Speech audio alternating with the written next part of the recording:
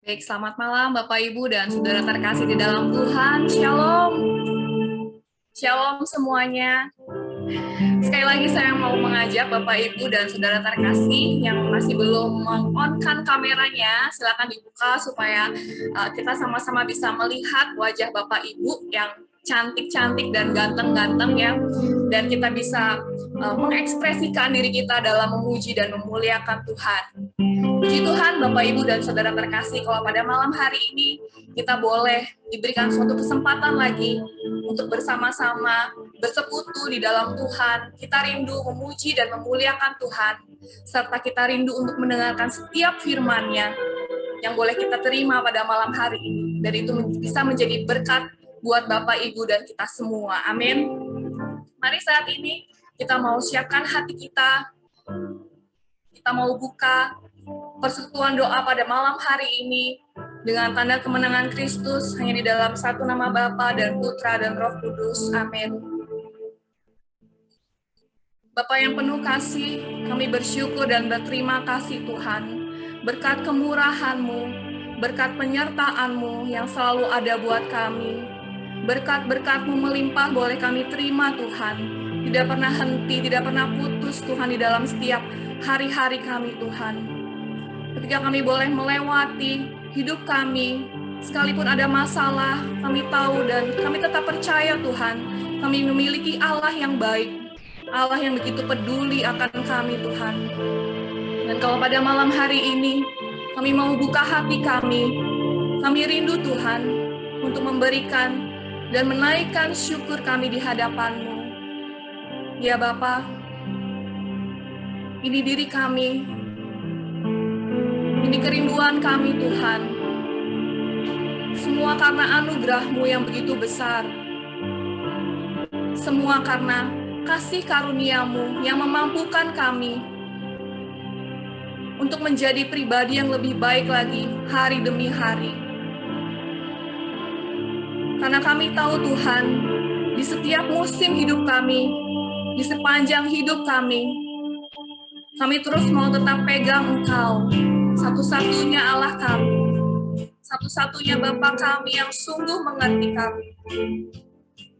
Mari Bapak, Ibu, dan Saudara terkasih, kita mau naikkan pujian ini sebagai ungkapan syukur kita di hadapan Tuhan.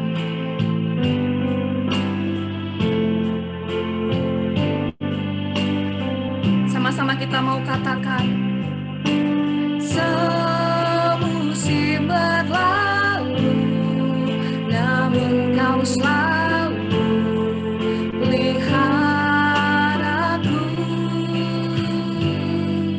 Kasih dan setiamu tak pernah layu di hidupku. Lebih luas dari samudra. Kebaikan-Mu Bapa takkan habis di hidupku. Lebih tinggi dari cakrawala, tak terbatas kasih-Mu. Sungguh ku bersyukur. Mari kita nyatakan dengan lebih lagi. Semusim berlalu, namun Kau selalu pelihara-Ku.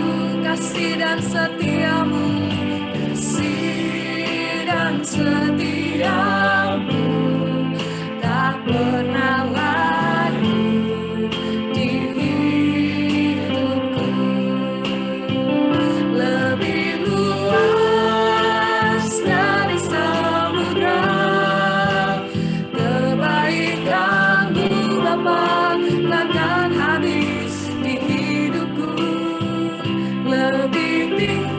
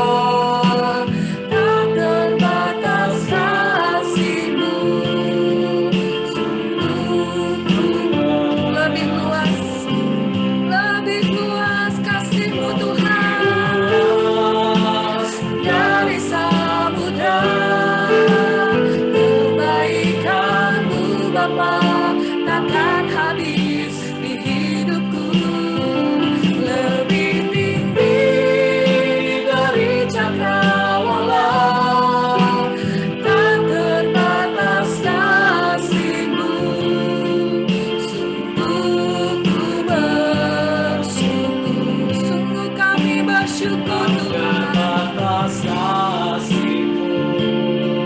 Sungguh ku bersyukur, tak terbatas kasih-Mu.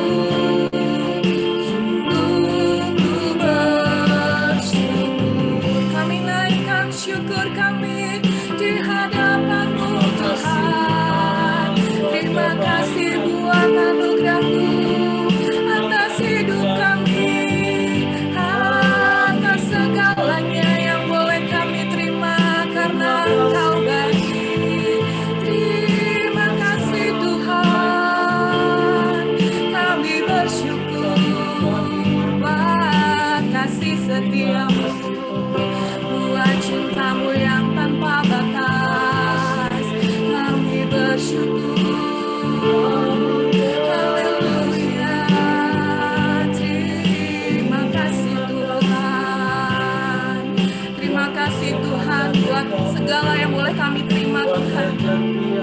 Buat berkat-berkat-Mu yang tidak pernah berkesudahan dalam hidup kami. Terima kasih Tuhan buat keluarga kami, buat kesehatan kami Tuhan, buat segala yang kami miliki Tuhan. Karena Engkau yang begitu murah hati atas kami, karena Engkau yang begitu mengasihi kami, lebih dari apapun Tuhan. Terima kasih Tuhan, terima kasih Yesus, haleluya. Ya rama ya, ya rama ya rase, ya rama ya rio, haleluya. Terima kasih Tuhan, oh terima kasih. Ya rama ya rase, ya rama ya rio, ya rama ya rase. Kasih Tuhan Yesus kami. Ya rama sekian. Sekian rama.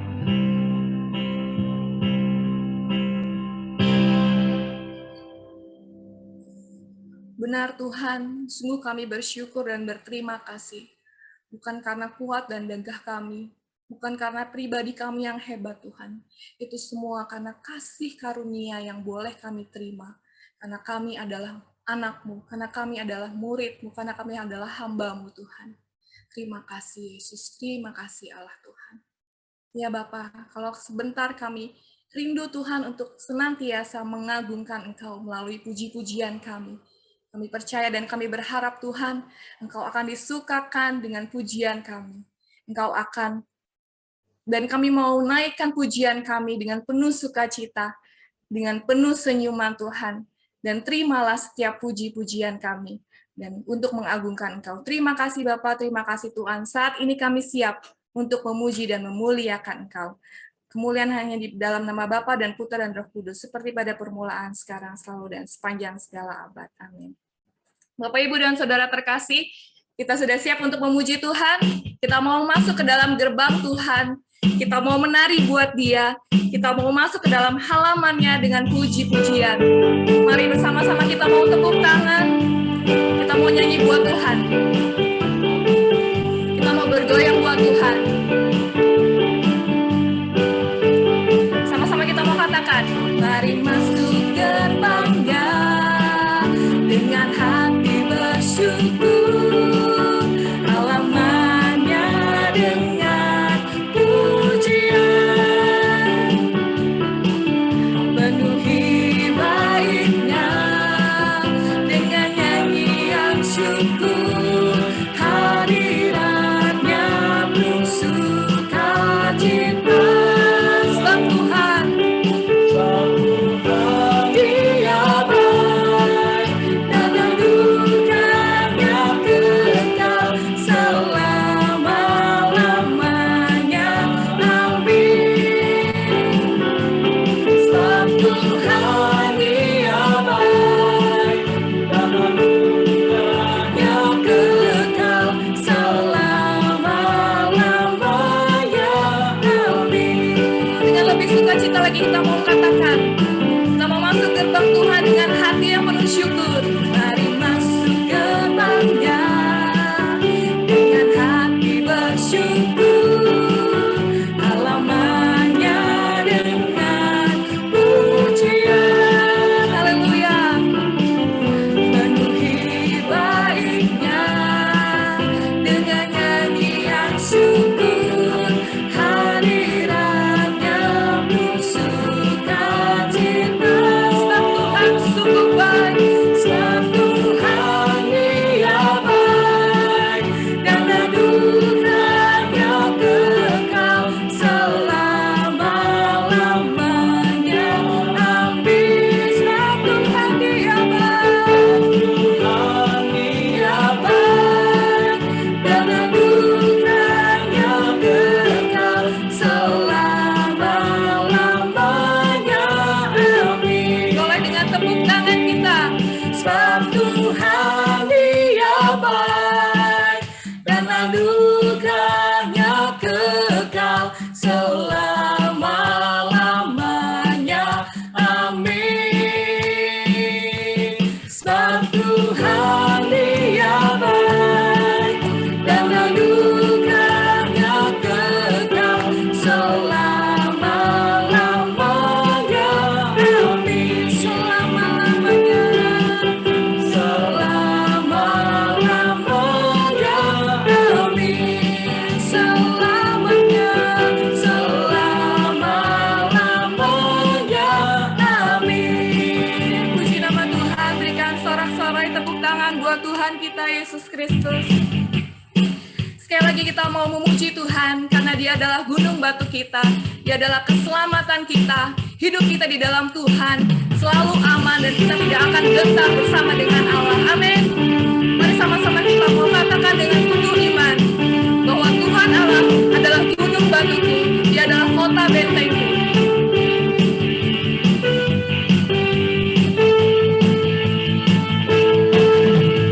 Kau gunung batuku dan kau kota bentengku, tak akan ku ragu. Kau menjamin hidupku, sebab kau keselamatanku, keselamatanku, dan kau yang membelaku, tak akan ku takut. Bersambut di dalamku, walau badai menerpa di dalam hidupku ini. Namun tanganmu Tuhan mengangkatku tinggi. Kau Tuhan yang benar, tak pernah tinggalkan. Dahulu, sekarang, selamanya, janjimu tak berubah. Kau Allah dan Omega, awal dan akhir. Semesta alam memuja Engkau Tuhan yang benar. Amin. Sekali lagi kita mau katakan dengan penuh iman. Sama-sama. Kau gunung batuku dan kau kota bentengku, tak akan ku ragu. Kau menjamin hidupku, sebab kau keselamatanku, keselamatanku, dan kau yang membelaku, tak akan ku ragu. Bersambut di dalamku, walau badai menerpa di dalam hidupku. Namun satu hal yang saya selalu ingat bahwa tangan Tuhan mengangkatku tinggi. Kau Tuhan yang benar, tak pernah tinggalkan. Dahulu, sekarang, selamanya, janjimu tak berubah. Kau Alfa dan Omega, awal dan akhir. Semesta alam memuja Engkau Tuhan yang benar. Kau Allah iman kami Tuhan, tak pernah tinggalkan. Dahulu, sekarang, selamanya, janjimu tak berubah. Kau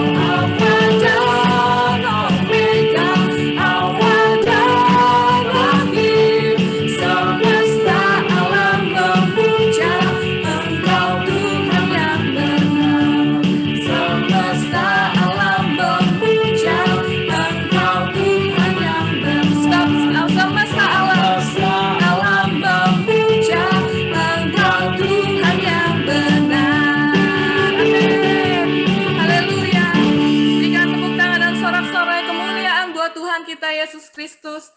Terima kasih. Mari Bapak, Ibu, dan Saudara terkasih di dalam Tuhan, kita mau teduhkan hati kita kembali. Sebentar kami akan mendengarkan firman Tuhan. Untuk itu, saya mau mengajak, mari kita teduh saat ini.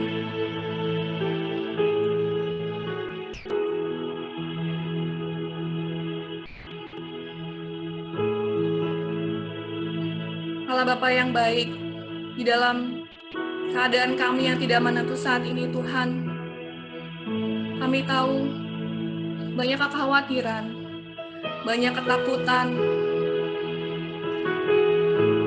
tapi kami percaya, Tuhan, ketika kami mengingat bahwa Engkau adalah satu-satunya harapan kami, satu-satunya jawaban kami atas segala masalah kami, atas segala kekhawatiran kami, hati kami menjadi tenang. Kami rindu, Tuhan, untuk senantiasa dekat dengan Engkau. Kami tidak bisa hidup tanpa Engkau, Tuhan. Sedetik pun, Bapa, kami butuh Engkau, Tuhan Yesus, sebagai satu-satunya Bapa yang mengetahui kedalaman hati kami, yang tahu rancangan terbaik untuk hidup kami. Dan biarlah pada malam hari ini, Bapa, kami mau masuk lebih lagi, menemukan hadirat kudus-Mu. Kami rindu lawatan-Mu terjadi atas kami, Tuhan. Begitu dekatnya Engkau dengan kami, Tuhan. Tidak ada yang dapat mengalahkan hadirat kudus-Mu datang, menjemput kami, dengan kami boleh merasakan kasih-Mu. Kami boleh merasakan pelukan-Mu, Tuhan Yesus.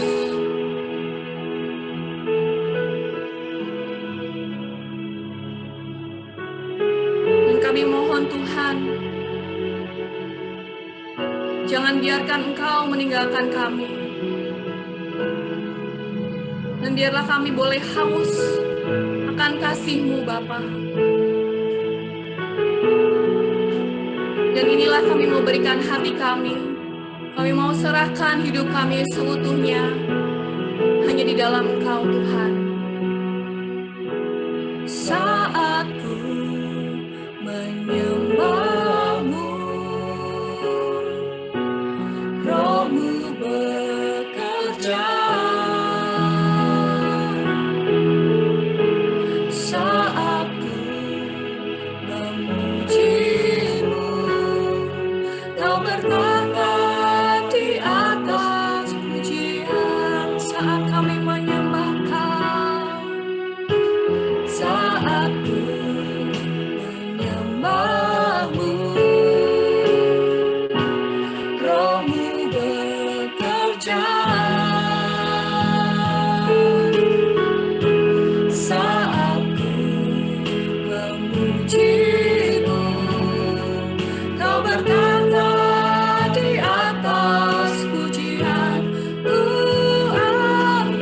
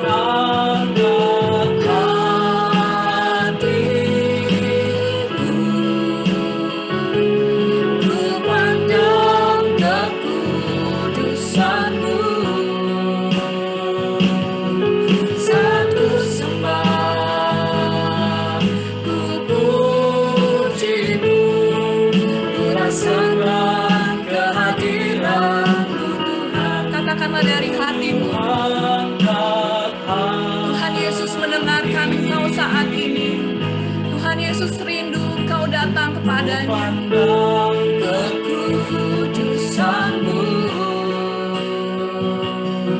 saat ku sembah, ku puji-Mu, Ku rasakan kehadiran dengan lebih lagi. Ku angkat hatiku,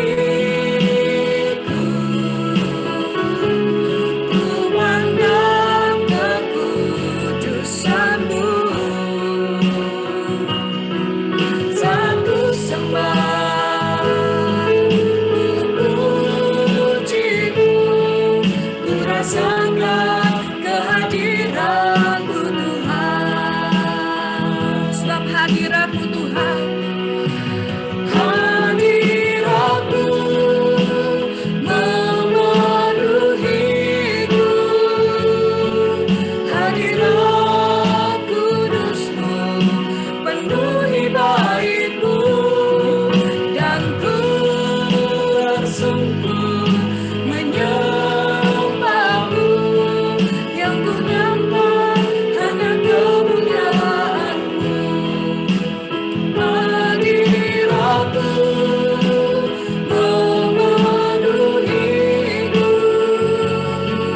hadirat kudus-Mu penuhi bait-Ku, dan ku tersungkur menyembah-Mu, yang ku nampak hanya kemuliaan-Mu, yang ku nampak hanya kemuliaan-Mu, yang ku nampak hanya kemuliaan-Mu.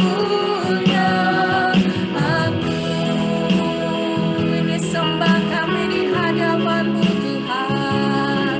Biar kami bersujud di bawah kaki-Mu, Yesus Tuhan. Kami menyembah-Mu, Engkaulah Raja di atas segalanya. Sebab Engkau membantuku, Engkau keselamatanku. Membantuku Yesus. Sungguh kami menyembah-Mu, kami mau tinggikan nama-Mu yang kudus. Haleluya.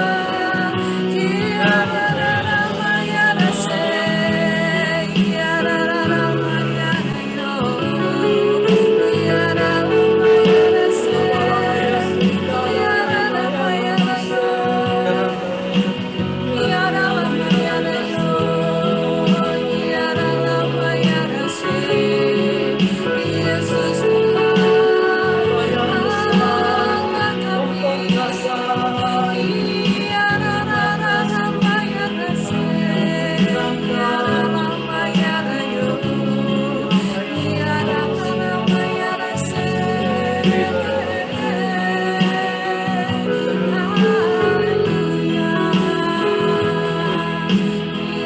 angkat kami.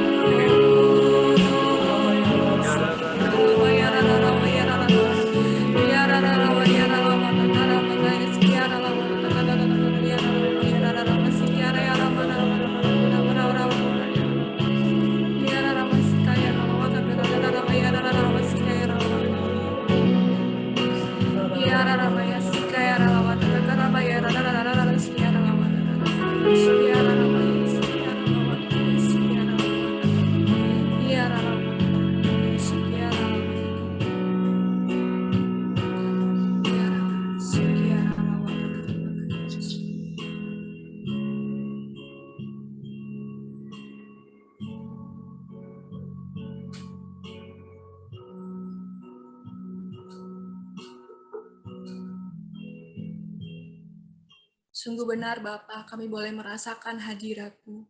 Kami percaya Tuhan, Engkau boleh hadir di tengah-tengah kami, dimanapun keberadaan kami saat ini Tuhan. Dan satu nama yang terus kami mau agungkan Tuhan, adalah Engkau, Bapa kami, Tuhan kami. Tuhan, kami tidak dapat hidup tanpa Engkau. Kami tidak mampu Tuhan. Kami sungguh tidak layak Tuhan. tapi kasih-Mu, cinta-Mu yang begitu besar. Engkau yang mengangkat kami, Engkau yang memampukan kami menjadi anak-anak-Mu, menjadi pribadi yang lebih lagi, lebih sempurna lagi di hadapan-Mu, Tuhan. Bapa, kalau sebentar Tuhan, kami rindu untuk mendengarkan setiap firman-Mu. Terima kasih untuk hamba-Mu, Bapak Leonardi yang sudah Kau utus pada malam hari ini untuk menyatakan setiap isi hati-Mu. Kami percaya Tuhan, Engkau yang sudah urapi, berkati setiap lidah bibirnya Tuhan. Dan segala yang boleh keluar dari mulutnya adalah berasal dari Engkau sendiri Tuhan. Tibalah saatnya giliran kami Tuhan, kami mau buka telinga kami mau buka hati kami, agar kami boleh menerima firman-Mu dan boleh meremah di dalam setiap hidup kami. Terima kasih Bapa, terima kasih Tuhan. Segalanya kami mau serahkan hanya di dalam satu nama Tuhan kami Yesus Kristus yang hidup, kini dan sepanjang segala masa. Amin. Amin. Shalom, Bapak Ibu, kekasih-kekasih Kristus. Semoga damai sejahtera dan sukacita dari Allah melingkupi kita semuanya. Salam sehat semuanya. Kita jumpa lagi malam hari ini di dalam tema masih seputar kasih, karena memang bulan April ini sepertinya bulan kasih. Ada Imlek, ada juga Valentine. Ya. Malam hari ini, akhir dari bulan Februari tanggal 28, saya ke bagian tema The Power of God's Love. Atau dalam bahasa Indonesia itu kekuatan kasih Allah. Ya. Mari kita baca dulu dari 1 Yohanes. Tadi saya sudah tunjuk Ibu Lindawati. Bisa di-unmute Ibu Lindawati atau host bantu dia. Itu bacakan 1 Yohanes 4, 7-21, tapi nggak semua ayat saya bacakan, itu beberapa yang penting yang saya uraikan. Silakan Ibu Lindawati. 1 Yohanes 4, 7-21. Ayat yang ke-7. Saudara-saudaraku yang kekasih, marilah kita saling mengasihi, sebab kasih itu berasal dari Allah, dan setiap orang yang mengasihi lahir dari Allah dan mengenal Allah. Ayat 8. Barang siapa tidak mengasihi, ia tidak mengenal Allah, sebab Allah adalah kasih. Yang ayat 9. Dalam hal inilah kasih Allah dinyatakan di tengah-tengah kita, yaitu bahwa Allah telah mengutus anaknya yang tunggal ke dalam dunia supaya kita hidup olehnya. Ayat 10. Inilah kasih itu. Bukan kita yang telah mengasihi Allah, tetapi Allah yang telah mengasihi kita dan yang telah mengutus anaknya sebagai pendamaian bagi dosa-dosa kita. Ayat 12. Tidak ada seorang pun yang pernah melihat Allah jika kita saling mengasihi. Allah tetap di dalam kita dan kasih-Nya sempurna di dalam kita. Ayat 18. Di dalam kasih tidak ada ketakutan. Kasih yang sempurna melenyapkan ketakutan, sebab ketakutan mengandung hukuman, dan barang siapa takut, ia tidak sempurna di dalam kasih. Ayat 19, kita mengasihi karena Allah lebih dulu mengasihi kita. Ayat 21, dan perintah ini kita terima dari Dia, barang siapa mengasihi Allah, ia harus juga mengasihi saudaranya. Terima kasih Bu Lindawati. Sudah sekalian, dari bacaan tadi, itu ada 5 poin yang mau kita petik ya mengenai kasih. Yang pertama adalah Allah adalah sumber kasih. Ayat 7-nya saya mau bacakan lagi. Saudara-saudaraku yang kekasih, marilah kita saling mengasihi, sebab kasih itu berasal dari Allah. Dan setiap orang yang mengasihi, lahir dari Allah dan mengenal Allah. Karya Allah di dalam Alkitab dapat disimpulkan hanya dengan satu kata, yaitu kasih. Kasih adalah hakikat Allah. Kasih Allah itu tetap dan kekal. Allah selalu setia menyatakan kasih-Nya. Walaupun kita manusia terkadang tidak setia. Allah tetap dekat meskipun kitalah yang selalu menjauh dari Allah. Karena Allah itu sesungguhnya apa? Sejauh doa. Oleh karena kasih-Nya, kita masih menikmati kehidupan sampai hari ini. Ingatlah saudara sekalian, bahwa kita dapat menikmati pagi hari yang baru. Bukan semata-mata karena matahari terbit di ufuk timur, tetapi karena kasih Allah bagi kita. Kita tidak dapat membayangkan bagaimana hidup kita jikalau tanpa kasih Allah. Amin. Allah adalah sumber kasih, itu artinya apa? Artinya Allah bersikap mengasihi. Dia mengasihi bukan karena dia menemukan hal-hal yang layak untuk dikasihinya, melainkan karena hakikatnya adalah mengasihi. Kasih yang demikian tidak pernah ditemukan dimanapun di dunia ini. Atau kita tidak pernah menjumpai dimanapun juga, itu sebagai hasil usaha manusia. Sejatinya, saudara sekalian, kasih itu adalah salah satu elemen penting dalam kehidupan manusia. Demi mendapatkan kasih, orang rela melakukan apapun. Dan bukan tanpa alasan. Apabila kisah tentang kasih seorang ayah yang harus mempertaruhkan nyawanya demi anak-anaknya, atau seorang laki-laki rela mati demi kekasihnya, seringkali menjadi tema favorit dalam film drama maupun novel. Saudara sekalian, Allah memberikan kapasitas kepada kita semua manusia untuk menghargai, untuk mendambakan, dan mempraktikkan kasih. Relasi yang unik antara dua orang, entah itu hubungan darah atau pertalian persahabatan, menjadi landasan yang kuat untuk saling mengasihi. Tetapi ingat, kasih model demikian adalah kasih yang sifatnya umum. Ada 4 macam kasih, saya perlihatkan pada Anda, ya. Yang pertama adalah eros, yang kedua phileo, ketiga storge, yang keempat itu agape. Apa itu eros? Eros merupakan jenis kasih yang muncul karena ada perasaan menginginkan.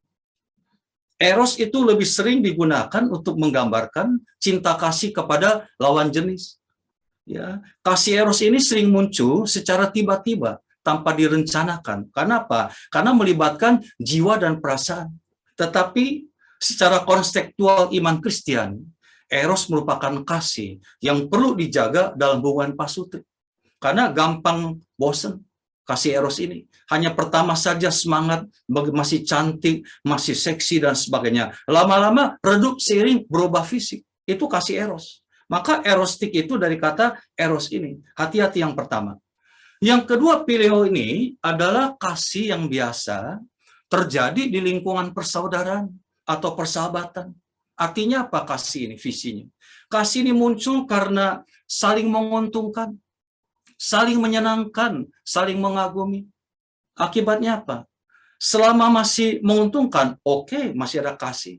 Selama menyenangkan, it's okay. Saling mengagumi, oke. Tetapi lama-lama, kalau tidak lagi menguntungkan, tidak lagi ada rasa menyenangkan, apalagi tidak ada rasa pengaguman, goodbye, sayonara, kasih ini. Itu kasih phileo.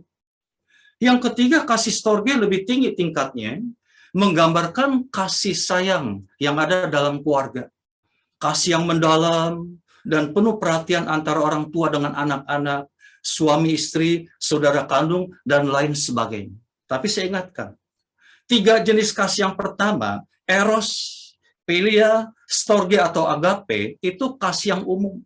Yang menganut istilah itu karena. Karena dia cantik, saya baru mau. Karena dia teman yang menguntungkan, saya baru mau. Karena dia orang tua, karena dia keluarga, saya baru mau melayani. Di luar itu nggak mau. Maka ini nggak sempurna. Maka yang keempat, kasih agape, itu sempurna. Karena kasih ini berasal dari Allah.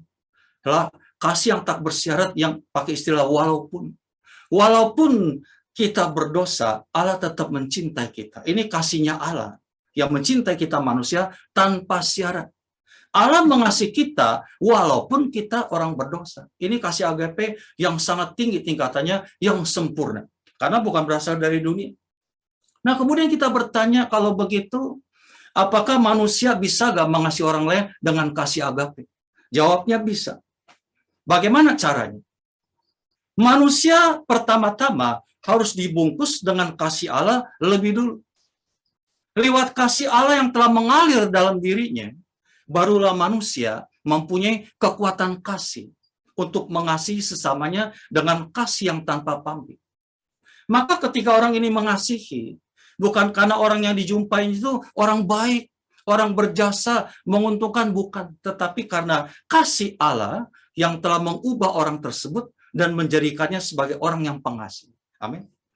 Ada kisah, suatu kali seorang wanita rumah tangga mendatangi seorang konselor yang terkenal, yang kebetulan juga psikolog dan hamba Tuhan.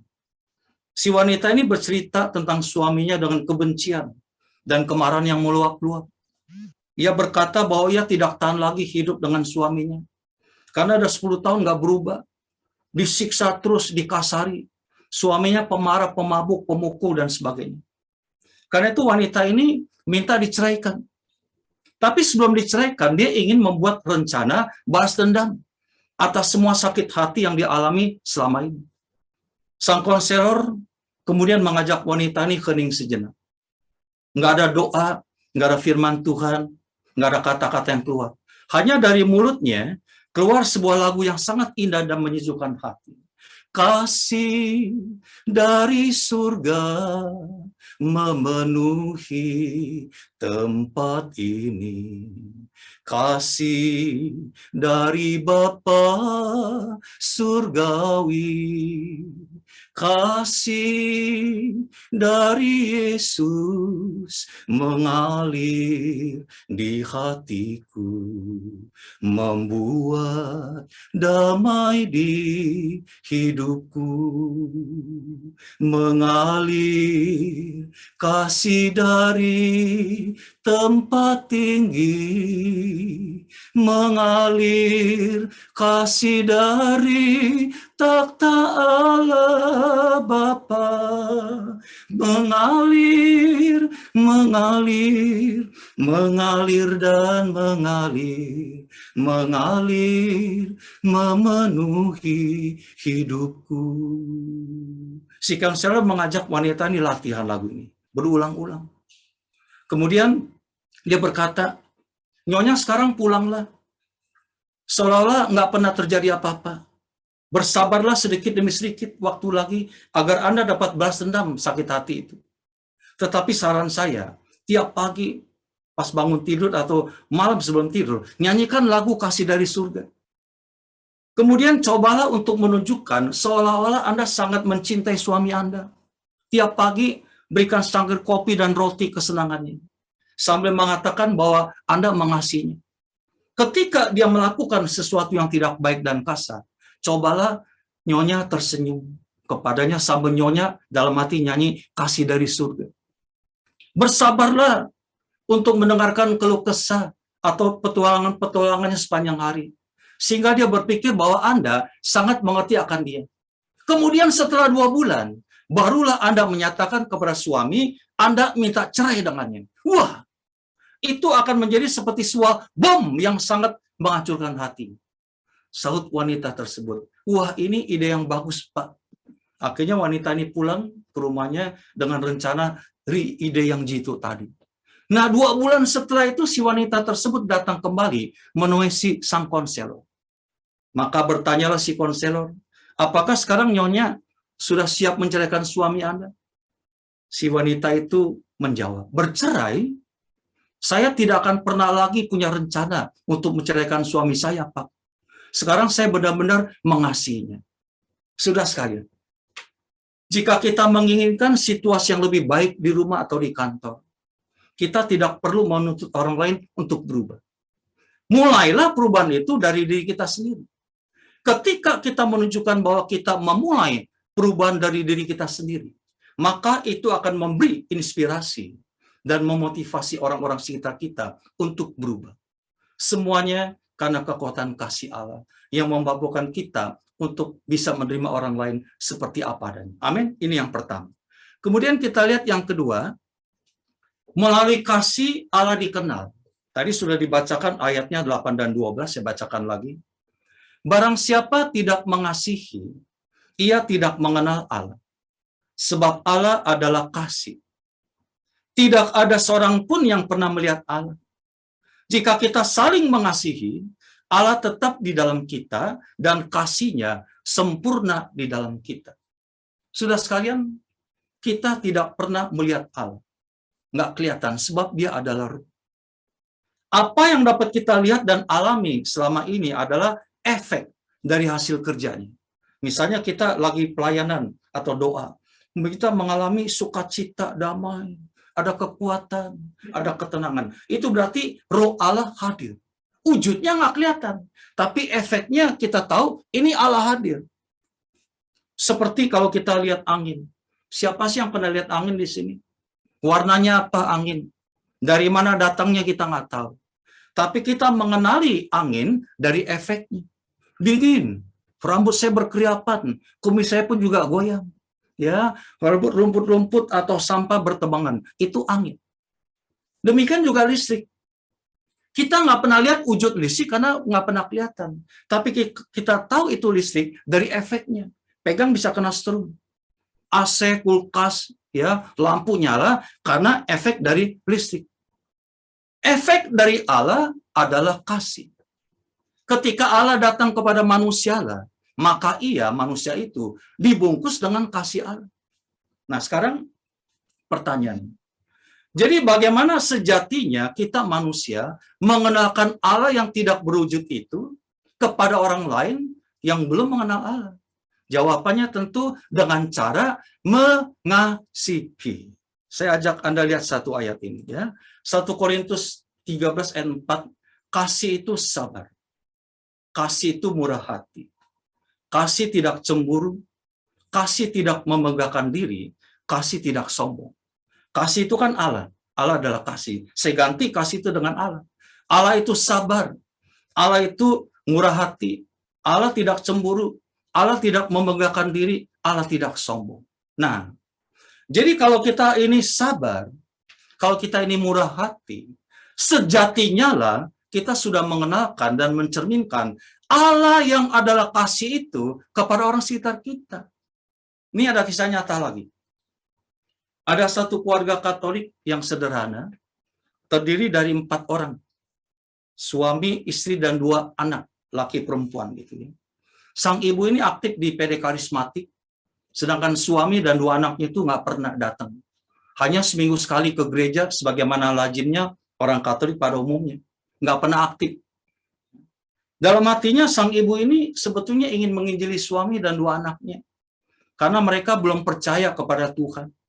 Mereka nggak yakin katanya tuh Tuhan itu pribadi yang hidup, yang mengasihi. Itu nonsen. Allah itu transenden katanya. Tetapi ibu ini sulit. Karena nggak pandai bicara, nggak bisa pintar menginjil dan doa dan sebagainya. Nah, tetapi suatu ketika, tibalah hari ulang tahun ibu ini. Ya, ini mukjizat terjadi. Sang ibu ini punya kebiasaan, suka kalau makan daging ayam itu, bagian sayapnya dia makan, chicken wing begitu. Yang kering, yang nggak ada daging tapi hanya tulang. Sedangkan suaminya tuh senang paha ayam, anak-anaknya dada ayam begitu. Dan kebiasaan ini sudah berjalan sekitar 20 tahun lebih dan sepertinya tidak disadari oleh suami dan anak-anaknya. Kenapa setiap kali makan ibu ini memilih sayap ayam yang hanya tulang begitu. Tetapi akhirnya ulang tahun ini semuanya menjadi nyata hari itu. Tiba-tiba sang suami dan 2 anaknya itu berembuk diskusi tentang mau kasih kado apa kepada ibunya, kado kesayangan dan apa yang istimewa di hari ulang tahun itu. Akhirnya mereka sepakat mau kasih kado berupa sayap ayam, ya, potongan sayap ayam itu. Wah, sang ibu ini sukacita menerima kado ulang tahun tersebut yang berupa potongan kepingan sayap ayam itu. Namun sebelum ibu ini makan sayap ayam dan memotong kue tart, sang suami dan anak-anaknya bertanya, kenapa sih ibu selama ini selalu kalau lagi makan pilih sayap ayam, sedangkan kami senang paha dan dada? Ya. Maka apa jawab ibu ini? Dengan matanya yang berkaca-kaca karena menantangi, sang ibu berkata bahwa ia sebenarnya juga senang bagian dada dan paha ayam. Tapi kalau selama ini dia pilih makan sayap ayam karena dia tahu sang suami paling suka paha ayam, anak-anaknya suka bagian dada ayam. Lewat pengakuan dari sang ibu yang tulus inilah, akhirnya terdengar isak tangis haru dan bahagia dari keluarga sederhana ini karena semua merasakan kehadiran Allah dalam diri sang ibu yang begitu pemurah dan tulus hati tersebut. Kasih itu sabar, kasih itu murah hati. Allah itu sabar, Allah itu murah hati. Sang ibu yang hati pemurah itu cerminan dari Allah yang hadir dalam dirinya. Saudara sekalian, untuk mengenalkan Allah yang tak berwujud kepada orang lain yang belum mengenalnya, jangan tunggu kita jago khotbah. Nggak perlu tunggu kita jago penginjilan. Cukup lewat sikap dan tabiat hidup kita yang diubah oleh kasih Allah. Amin. Itu yang kedua. Sekarang saya ajak lihat yang ketiga. Kasih Allah yang sempurna berpuncak pada salib. Ya, ayatnya, andalan ayatnya ayat 9. Dalam hal inilah kasih Allah dinyatakan di tengah-tengah kita, yaitu bahwa Allah telah mengutus anaknya yang tunggal ke dalam dunia, supaya kita hidup olehnya. Saudara sekalian, pada saat Yesus berkata tidak ada kasih yang lebih besar daripada kasih seorang yang memberikan nyawanya untuk sahabat-sahabatnya. Sebetulnya pada saat itu Tuhan sedang menggambarkan kepada kita satu jenis kasih yang tidak egois, yaitu yang berlandaskan pengorbanan. Itulah cara Tuhan mengasihi kita, manusia yang berdosa ini. Tuhan mengasihi kita bukan pada saat kita sedang sempurna, bukan waktu kita hebat dan luar biasa, tetapi Tuhan mengasihi kita dalam segala keadaan kita. Terlebih saat kita sedang sakit, saat kita lemah, saat kita kotor dan hancur. Dia mengasihi kita tanpa syarat. Dia mengangkat kita dari kehancuran dan segala keadaan kelemahan kita. Bahkan kemudian dia memulihkan keadaan kita, memberikan harga diri dan pengharapan bagi kita. Ia mengasihi kita dengan mengorbankan diri anaknya bagi kita di kayu salib. Maka ayat 10 tadi, ayat 9 tadi mengatakan, di dalam menyelamatkan kita orang berdosa, Allah telah mengorbankan anaknya yang tunggal yang satu-satunya, yaitu Yesus. Jadi kesimpulannya, di dalam Allah menyelamatkan kita, itu bukan soal perasaan, suka atau tidak suka, kalah atau menang, tetapi soal pilihan. Allah memilih menyelamatkan kita karena dia mengasihi kita. Sampai anaknya Yesus menjadi korban karena pilihan ini. Demikian juga Yesus rela mati di kayu salib, bukan soal suka atau tidak suka. Bukan soal kalah menang atau untung rugi, tapi soal sekali lagi pilihan. Yesus memilih mati karena dia taat kepada Bapaknya. Meskipun karena pilihannya ini, Allah sampai terluka menyaksikan anaknya sendiri berkurban mati di kayu salib. Maka karena kita sudah dicintai oleh Allah dengan kasih yang membuat dia terluka, pertanyaannya, kita juga harus mencintai seperti itu sebagai murid-murid Kristus. Wah, mencintai sesama kita sampai terluka, apakah mungkin, apakah sanggup? Jawabannya, contohnya mengasihi sampai terluka adalah mengampuni.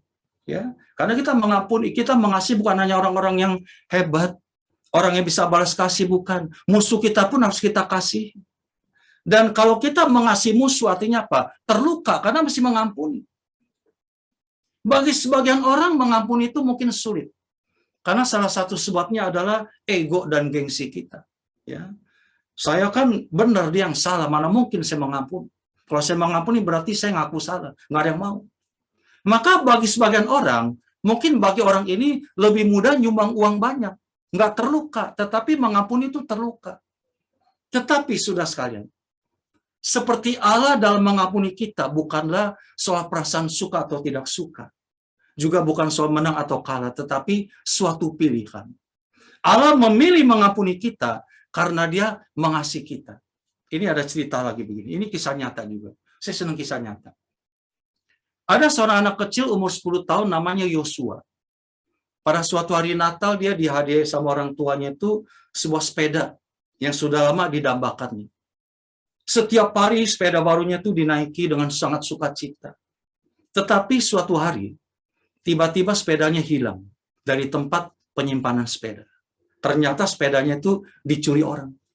Yosua kecil ini sakit hatinya, terluka perasaannya, marah, gemeteran dan sebagainya karena menahan dendam. Tetapi Yosua kecil ini memiliki iman yang kuat. Karena dia seringkali dibawa ke gereja sama orang tuanya sekolah minggu, diajarkan tentang pengampunan. Ia mengatakan kepada ayahnya bahwa ia meskipun sakit hatinya dan tadinya dendam, tetapi akhirnya dia pikir dia mau mengampuni pencuri sepeda itu. Maka kebesokan harinya Yosua kecil ini minta ibunya bikin spanduk besar, ada kata-kata ditulis itu ditaruh di atas pohon besar di pekarangan rumahnya. Tulisannya berbunyi begini, kepada orang yang mengambil sepedaku, kau sungguh menyakiti perasaanku ketika kau mengambil sepedaku. Tetapi aku seorang Kristiani. Dan karena Tuhan Yesus sudah mengampuni aku lebih dulu, maka aku juga memilih mengampuni engkau. Keesokan harinya, waktu ayah Yosua itu pergi kerja ke kantor, lewat pekarangan itu, posternya sudah jatuh ke tanah. Dan tepat di bawah tanah itu, ada tergeletak sebuah sepeda yang ternyata milik Yosua. Sekarang sepedanya berubah, setirnya jadi baru, dan juga ada keranjang di depan sepedanya. Sudah sekalian, kita mesti mengerti, mengampuni itu adalah suatu pilihan. Kita bisa memilih untuk mengampuni atau tidak. Mengampuni bukan soal perasaan. Mengampuni bukan soal menang atau kalah. Juga bukan soal suka atau tidak suka, tetapi soal pilihan. Apabila kita memilih untuk tidak mengampuni, konsekuensinya apa? Selama kita tidak mau mengampuni, Alkitab mencatat bahwa kita pun tidak akan diampuni. Dapat Anda bayangkan, hidup tanpa pengampunan Tuhan. Maka marilah kita mengampuni. Sebab mengampuni adalah pilihan untuk taat dan setia kepada kehendak Tuhan. Seperti Yesus memilih mati di kayu salib, kenapa? Karena taat kepada kehendak Tuhan. Ya, ini yang ketiga. Sekarang saya ajak lihat yang keempat, poinnya apa? Kasih Allah melenyapkan ketakutan. The power of His love breaks every chain. Jadi kuasa ya daripada kasih Allah mampu memutuskan semua rantai, termasuk rantai ketakutan selama ini. Ya. Ayat andalannya 18.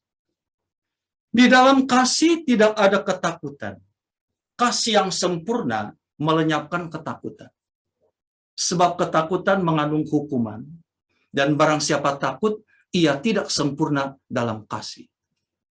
Saudara sekalian, banyak orang berpikir lawan kata dari rasa takut adalah iman. Itu salah.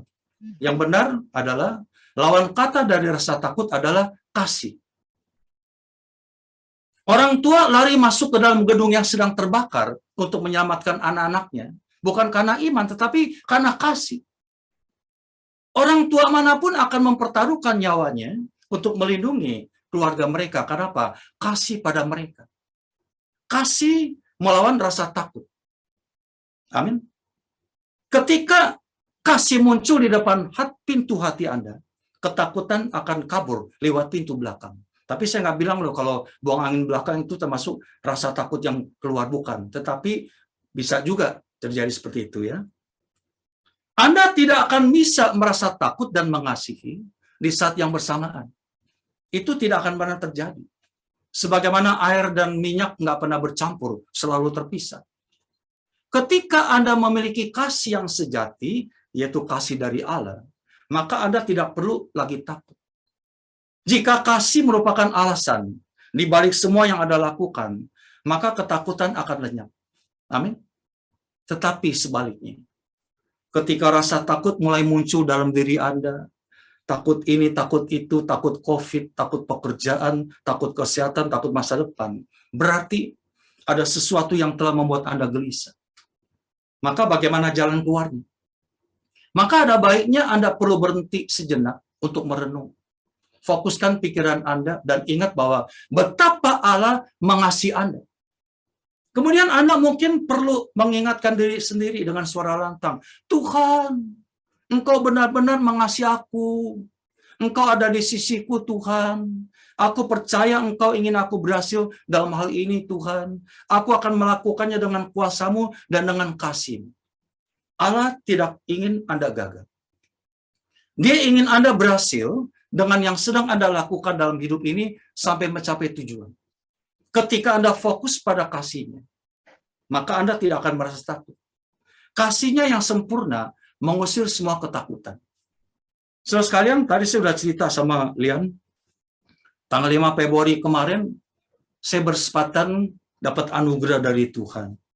Bisa ngajar secara onsite tatap muka di CapEx Bandung, Camp Eksekutif di Bandung, di hotel Holiday Inn di Pasteur. Saya itu yang angkatan 18. Saya dari angkatan pertama ngajar tiap angkatan. Cuman sejak ada pandemi itu kan berhenti atau online. Wah, kali ini senang sekali ya, onsite. Jauh-jauh hari saya udah dari tahun lalu udah dijadwalkan oleh Sekina sebagai induk daripada evangelisasi di Jakarta ya, di Sukupan, untuk ngajar CapEx Bandung tanggal 5 Februari sesi kelima bab berteman. Tetapi waktu itu jadwalnya tuh secara online, secara Zoom. Karena pandemi masih ada gitu. Tetapi mendekati hari H, yaitu masih awal bulan Januari, ada rencana dari pihak CapEx Bandung mau adakan secara onsite. Mungkin pertimbangannya waktu itu situasi pandemi sudah melandai ya. Angka-angkanya sudah bagus sekali karena yang lama Delta. Ya kan belum muncul Omikron. Jadi kami para guru-guru Cap Sekina yang telah dijadwalkan ngajar itu di briefing dulu di Sekina. Apakah bersedia enggak? Kalau nanti ternyata pengajaran dalam bentuk onsite, artinya hadir secara tatap muka di hotel Holiday Inn itu bersama para peserta. Nah, waktu itu yang unjuk tangan saya duluan tuh, tanda setuju. Gimana nggak senang dan gembira selama 2 tahun penuh ngajar cap atau khotbah kayak begini tuh lewat online Zoom begitu. Kan rindu juga dong, pengen tatap muka. Beda kan? Dengan tatap muka itu kan, waduh, ya kuasanya dan sebagainya. Meskipun si online juga tetap ada kuasa, tapi kepengenlah tampil seperti gitu. Maka sesi demi sesi berlangsung dimulai dari pertengahan Januari, ya minggu ke minggu, minggu pertama, bab pertama, minggu kedua, bab kedua, minggu ketiga, bab ketiga, minggu keempat, bab keempat, saya minggu kelima, bab 5, bab berteman. Nah, tetapi ternyata apa yang terjadi? Menjelang akhir Januari, ya itu pandemi COVID Omikron mendadak meleset ke atas.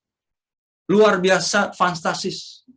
Angka-angka terpapar positifnya tuh di medsos itu luar biasa, bikin orang takut dan sebagainya. Wah, jujur sih hati saya pun tergetar juga nih. Ya, saya konseling ke teman-teman guru cap di Sekina. Teman-teman yang mau ngajar juga bukannya menguatkan saya, malah bikin saya down. Mereka bilang, apakah masih berani yuk melayani secara online, secara onsite di Bandung? Udah deh, minta panitia online aja lah. Resikonya berat loh dan sebagainya, angkanya tinggi. Memang Jakarta tinggi sekali. Jadi alasan mereka tuh argumennya gini gono gitulah. Keluarga saya juga setengah keberatan karena saya punya cucu kecil yang baru usia 6 bulan itu sering datang nginep di rumah gitu. Jadi keluarga keberatan, takut kepaparan, bawa pulang begitu. Waduh, saudara sekalian. Kemudian saya sendiri merasa kalau rencana jadwal ngajar di CapEx Bandung secara onsite ini seperti deg-deg plus, harap-harap cemas, ngeri-ngeri sedap, khawatir-khawatir nikmat. Begitulah ya. Menjelang awal Februari, dalam suasana Imlek, saya terakhir kali konfirmasi ulang ke pihak panitia CapEx Bandung. Nanyakan bagaimana nih situasi terkini peserta CAP. Apakah masih on schedule juga pengajaran onsite-nya? Apa jawab panitianya? Wah, masih on schedule, Pak. Para peserta yang 23 orang itu jumlahnya masih semangat, Pak, mau tatap muka. Semangat inilah, saudara sekalian, yang membuat saya tuh bangkit kembali. Tapi satu hal yang terjadi, saya mulai fokus akan kasih Tuhan. Yang saya yakin itu selalu melingkupi saya dalam setiap aspek hidup ini. Singkatnya, saya menjadi mantap untuk berangkat ke Bandung. Akhirnya tanggal 3 Februari, saya kan ngajarnya kan tanggal 5 Februari, Sabtu itu kan pagi jam 9. Saya naik kereta, berangkatnya jam 4 sore malam itu, kereta malam. Tanggal 3 Februari saya beli tiket kereta api Argo Parahyangan Jakarta-Bandung PP. Ya. Nah, lalu setelah itu saya lapor ke pihak panitia CapEx Bandung. Kalau saya udah beli tiket, Pak. Ini artinya saya udah serius siap berangkat begitu. Puji Tuhan, kata mereka. Tapi kan ini belum final. Tanggal 4 sore berangkat, paginya saya harus swab dulu dong, betul nggak? Kalau positif kan nggak boleh berangkat. Waduh. Tanggal 3 malam saya berdoa. Berapa jam sama Tuhan. Saya berserah dalam kasih-Nya. Di dalam keberserahannya itu saya mengatakan begini, minta tanda-tanda pada Tuhan. Seandainya Tuhan memang benar mengutus saya ngajar CapEx Bandung secara onsite dan mengizinkan ini terjadi, maka kuasa-Mu terjadi, Tuhan. Usirlah ketakutan saya, dan hamba mohon besok tes swab-nya itu negatif, Tuhan. Dan ternyata puji Tuhan, betul-betul negatif. Sehingga saya berangkat penuh sukacita penuh. Hari Sabtu tanggal 5 Februari full ngajar itu selama 6 jam. Dipotong lunch, makan siang dari jam 9 pagi sampai jam 3 sore. Nah bayangin, 6 jam pun itu kan kalau ngajar kan saya nggak tahu pakai masker. ya kan? Akhirnya saya buka masker, peserta semuanya pakai masker begitu. 6 jam. Wah, saya penuh semangat, happy sekali, enjoy sekali, dan peserta juga luar biasa. Ya, mengikuti juga pengajaran dari awal sampai akhir. Mereka juga full penuh, nggak pernah nggak hadir. Kalau dulu kan banyak yang hadir katanya. Saat itu hadir semua 23 orang peserta. Wah, semangat sekali. Saudara sekalian, jujur saya melayani waktu itu tanpa rasa takut lagi akan segala hal yang tidak diinginkan, misalnya terpapar COVID, Omikron lah dan sebagainya. Udah nggak sama sekali. Kuncinya apa? Karena saya fokus akan kasih Allah yang melingkupiku, mengalahkan rasa takut dan khawatir. Saya melayani secara onsite di KPET Bandung 5 itu. Pertama-tama bukan soal perasaan suka atau tidak suka. Bukan soal untung rugi. Bukan soal menang atau kalah. Bukan karena sudah terlanjur beli tiket kereta api. Tapi karena apa? Karena pilihan. Saya memilih melayani secara onsite di KPET Bandung semata-mata karena saya mengasihi Allah yang terlebih dahulu mengasihi saya. Itulah motivasi saya. Meskipun untuk itu hidung saya tambah dalam, dicolok 3 kali waktu swab. Ya dong, sebelum berangkat sekali, mau pulang naik kereta sekali lagi, pulang ke rumah saya lockdown sendiri. Di lantai 2 itu 2 hari. Hari ketiga baru sekali lagi swab 3 kali tambah dalam lubang hidung. Tapi saya luar biasa. Ternyata seminggu kemudian tanggal 12 Februari, CapEx Bandungnya tuh berjalan secara online lagi. Karena apa? Omikron makin luar biasa. Bandung dan Jakarta PPKM level 3. Luar biasa, saudara sekalian. Nah, apa yang saya mau utarakan sini? Dari pelayanan saya di CapEx Bandung tadi, saya menemukan satu kenyataan. Ketika Anda ketakutan, berarti Anda fokus pada diri Anda sendiri. Itu bukanlah kasih. Sebaliknya ketika Anda mengasihi, Anda tidak fokus pada diri Anda sendiri, tetapi pada apa yang dibutuhkan oleh orang lain. Semakin Anda mengasihi, semakin sedikit ketakutan Anda. Oleh sebab itu, apabila Anda menjadikan kasih sebagai motivasi dalam melakukan segala sesuatu, termasuk melayani, mengasihi, maka Anda tidak akan takut lagi untuk melakukannya. Amin. Sekarang yang terakhir, yang kelima. Ya, poin kelima. Poin kelimanya adalah kasih Allah alasan kita dalam mengasihi. Ayat andalannya ayat 19. Kita mengasihi karena Allah lebih dahulu mengasihi kita. Inilah motivasi atau alasan kita dalam mengasihi sesama kita, saudara sekalian. Dalam hidup ini, dalam karya karsa kita, dalam aspek yang kita geluti setiap hari, mesti ada unsur motivasi dan alasan. Betul nggak? Saya baca di KBBI, Kamus Besar Bahasa Indonesia, motivasi itu artinya suatu dorongan yang timbul pada diri seseorang untuk melakukan suatu tindakan dengan tujuan tertentu. Dorongan yang buat kita semangat. Nah, maka kalau tidak ada motivasi atau alasan dalam melakukan sesuatu, berarti kita secara membabi buta, termasuk mengasihi. Kalau Anda mengasihi itu tanpa alasan, tanpa motivasi, itu berarti mengasihi orang lain secara membabi buta. Nah, sekarang apa motivasi kita dalam melayani atau mengasihi? Karena kita sudah lebih dahulu dikasih oleh Allah. Saya mengasihi dan melayani karena Allah lebih dahulu melayani dan mengasihi kita. Inilah dorongan kita dalam melayani dan mengasihi. Saudara sekalian, kalau di satu sisi hal mengasihi sesama itu adalah sebagai balasan dan bukti kita dalam mengasihi Allah, ya, maka di sisi yang lainnya apa? Sisi yang lain itu hal mengasihi dan dikasih itu adalah takdir kita sebagai ciptaan Tuhan. Ya. Takdir itu kalau Anda baca di KBBI atau di Kamus Alkitab itu sesuatu yang telah ditentukan sejak semula oleh kehendak dan kuasa Tuhan. Ketika Tuhan mencipta langit bumi beserta isinya berupa makhluk hidup termasuk kita manusia, Tuhan menempatkan semua ciptanya itu di alam takdirnya masing-masing.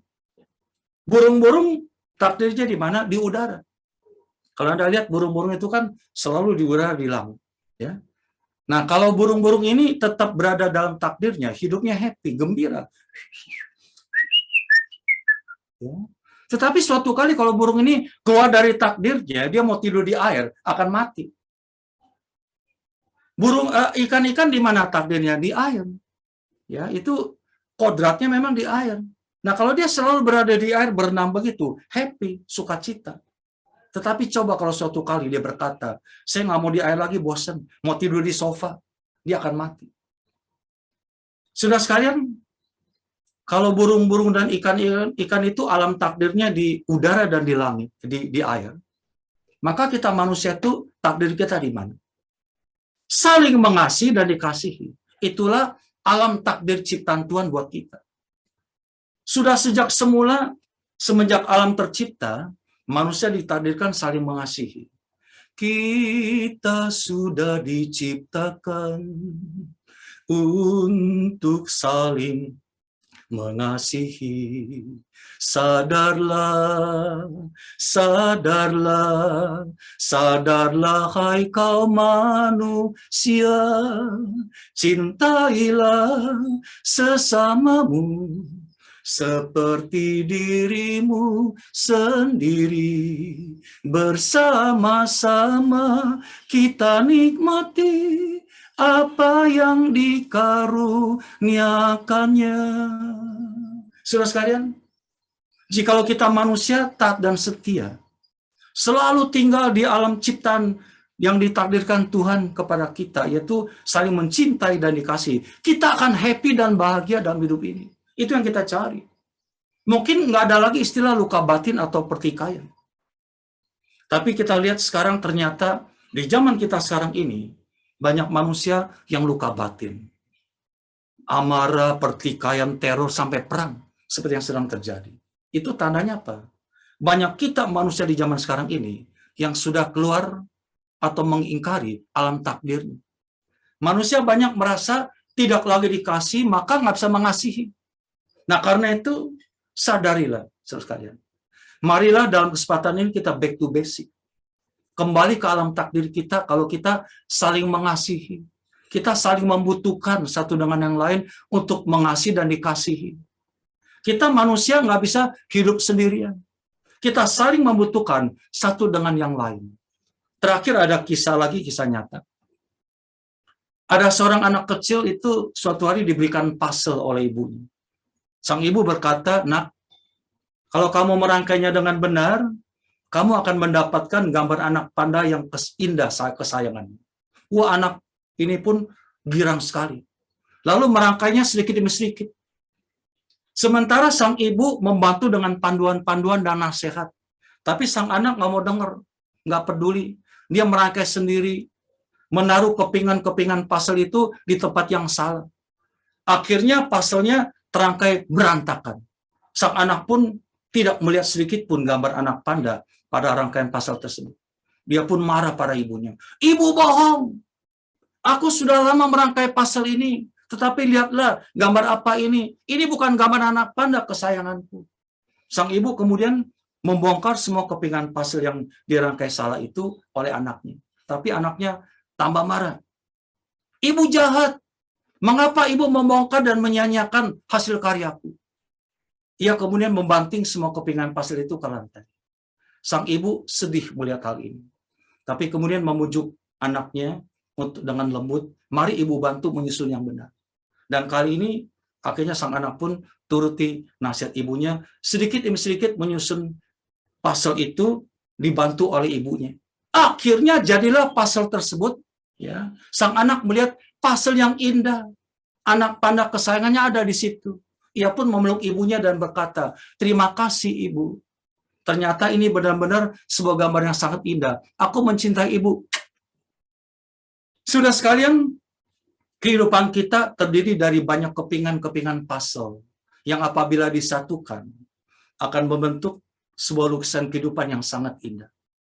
Ada kepingan kesedihan, ada kepingan sukacita, ada kepingan kekecewaan, ada kepingan pengharapan, ada kepingan sukses, ada kepingan kegagalan, dan berbagai kepingan lainnya. Namun kita harus seperti anak kecil tadi, yang pada akhirnya menuruti apa kata ibunya, dan yang penting mau bekerja sama. Maka kita akan menemukan sebuah gambar kehidupan yang sangat indah. Jangan pernah lari dari apa yang Tuhan mau dalam kehidupan kita. Tetaplah setia dan taat, walau terkadang tidak sesuai dengan apa yang kita mau. Jangan pernah berhenti merangkai kepingan kehidupanmu. Dan jangan pernah merangkai sendirian. Kita tidak akan pernah menghasilkan gambar kehidupan yang indah saat kita menjalani dan merangkainya seorang diri. Mari kita melibatkan Tuhan dan sesama kita dalam menjalani rangkaian hidup ini. Supaya pada akhirnya kita dapat menyelesaikannya dengan baik, sehingga menjadi indah bagi Tuhan dan menjadi berkat bagi kita semuanya sesama Tuhan. Amin. Tuhan Yesus memberkati. Shalom.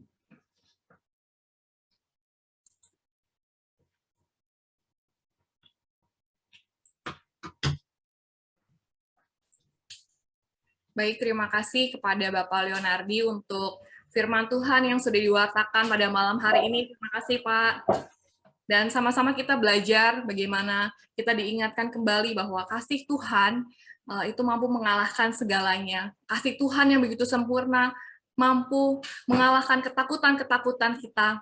Dan kita juga diingatkan kembali bahwa kita harus mengasihi sesama kita. Terlebih-lebih kita harus mampu mengampuni dan mengasihi musuh kita. Cukup berat ya, mungkin Bapak, Ibu, dan Saudara terkasih, tapi mari sama-sama kita belajar di dalam Tuhan, di dalam proses hidup kita mampu, kita akan bisa, karena Tuhan sendiri yang akan bersama-sama dengan kita. Baik, sebentar kita akan melanjutkan pertemuan kita pada malam hari ini dengan persembahan. Mari bersama-sama kita mau berdoa terlebih dahulu. Allah Bapa yang begitu baik, terima kasih Tuhan untuk malam hari ini kembali kami mengucap syukur. Terima kasih buat firman Tuhan yang sudah Kau nyatakan, yang sudah Engkau berikan bagi kami Tuhan, dan menjadi berkat buat kami melalui hamba-Mu Bapak Leonardi. Tuhan, terima kasih buat pengorbanan-Mu di atas kayu salib, buat kasih-Mu yang begitu besar tanpa batas, melampaui segala hal Tuhan.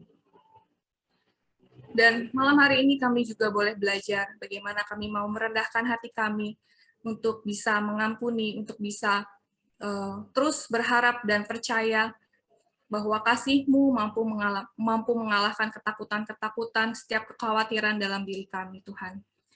Biar kami boleh berproses, biar Engkau juga membantu kami, Tuhan, untuk kami boleh menjadi pribadi yang semakin hari semakin berkenan di hadapan-Mu. Bapak, kami juga berdoa untuk Bapak Leonardi, Tuhan. Engkau yang sudah mengutus beliau untuk hadir di tengah-tengah kami saat ini, Bapak. Kami percaya setiap perkataannya berasal daripada-Mu. Kami berdoa, Tuhan, untuk keluarganya, untuk pekerjaannya, setiap usahanya, Bapak. Kiranya Engkau yang memberkati senantiasa. Ya Bapak, kami juga berdoa untuk setiap pelayanannya dimanapun beliau diutus, biar kiranya dapat menjadi berkat buat umat-Mu. Tuhan, kalau sebentar kami akan memberikan persembahan sebagai ungkapan sukacita kami, berkatilah tangan-tangan yang memberi, biarkan setiap persembahan yang terkumpul dapat memuliakan nama-Mu. Terima kasih Bapak, terima kasih Tuhan.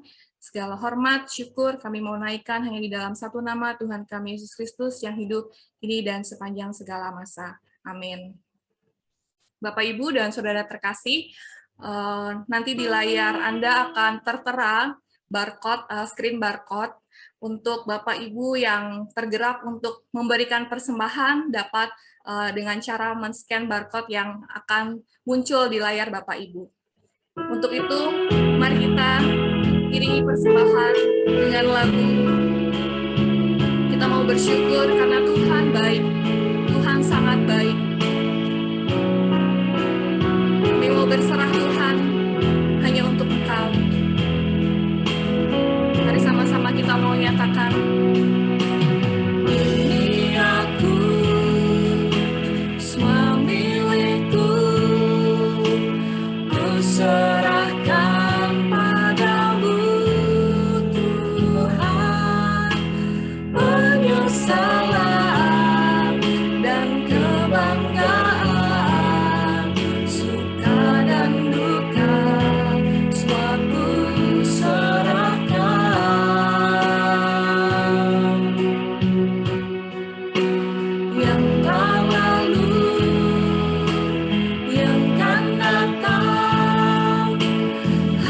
dan harapan yang terbayar, masa depan dan rencanaku semua ku serahkan dalam tangan-Mu.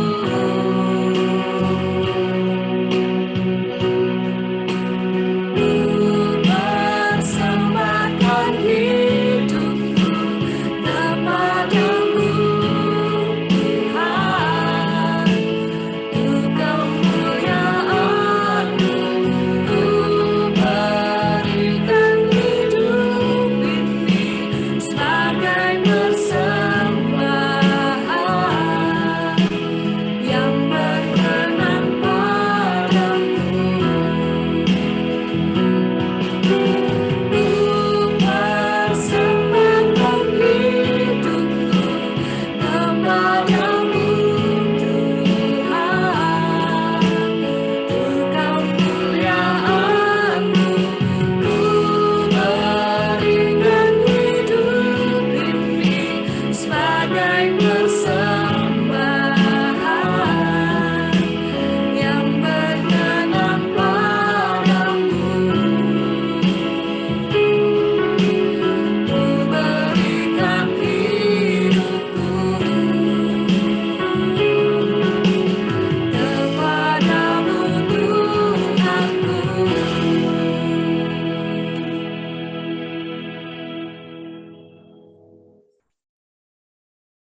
Baik, terima kasih kepada Cilian, Bapak, Ibu, dan Saudara terkasih semuanya. Mari kita menutup persekutuan doa kita pada malam hari ini. Kita mau naikkan lagu ini menjadi kekuatan, menjadi iman yang begitu besar. Karena Tuhan sendiri yang berkata bahwa kita aman bersama dengan Tuhan. Mari nyatakan dengan iman.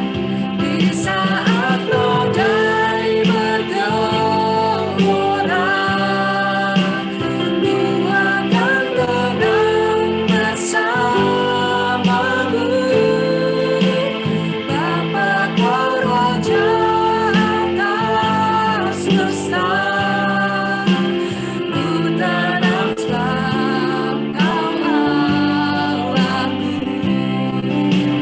Di saat badai bergelora, ku akan tenang bersama-Mu. Bapa, Kau Raja atas semesta, ku tenang sebab Kau Allahku. Ku tenang sebab Kau Allahku. Sungguh kami akan tenang. Tenang sebab Kau Allahku.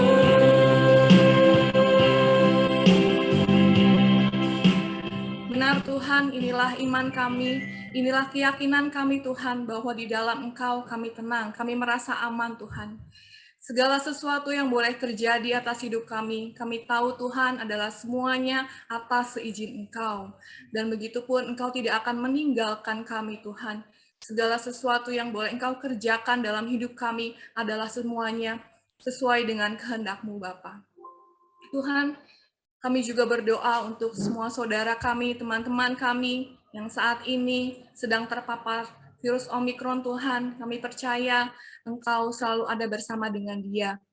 Bahwa mereka tidak sendiri Tuhan, Engkau yang menghibur, Engkau yang menguatkan, Engkau yang menyembuhkan, dan Engkau juga mampukan untuk mengubah yang tadinya menjadi positif, segera menjadi negatif.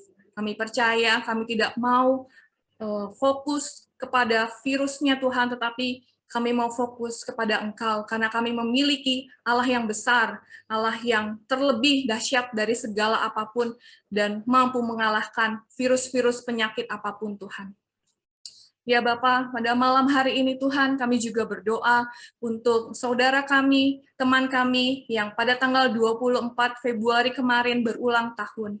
Kami tahu Tuhan, Engkau yang terus menyertai dia di dalam sepanjang kehidupannya, dan kami mau taruh dia juga untuk terus Engkau sertai di dalam setiap aspek kehidupannya, di dalam keluarganya, di dalam kesehatannya, pekerjaan, usahanya Tuhan. Kami percaya Engkau yang akan membuatnya berhasil. Tuhan, utuslah kami untuk kami boleh kembali kepada perjalanan hidup kami, ketika kami boleh menerima firman-Mu, kami mau taruh di dalam diri kami, dan kami mau mencoba setiap hari berproses Tuhan untuk tetap menjalankan dan mematuhi setiap kebenaran firman-Mu. Ketika kami boleh melenceng dari setiap kebenaran-Mu, panggil kami Tuhan, ajak kembali kami untuk pulang, untuk terus berada di dalam naungan sayap-Mu. Pertemukan kembali kami Tuhan di minggu yang akan datang, dan terus berkati kami Tuhan. Apapun yang kami lakukan, sungguh hanya untuk kemuliaan nama-Mu. Hanya di dalam satu nama Tuhan kami, Yesus Kristus yang hidup, kini dan sepanjang segala masa. Amin. Di dalam nama Bapa dan Putra dan Roh Kudus. Amin. Selamat malam Bapak, Ibu, dan Saudara sekalian. Tuhan Yesus memberkati kita semua.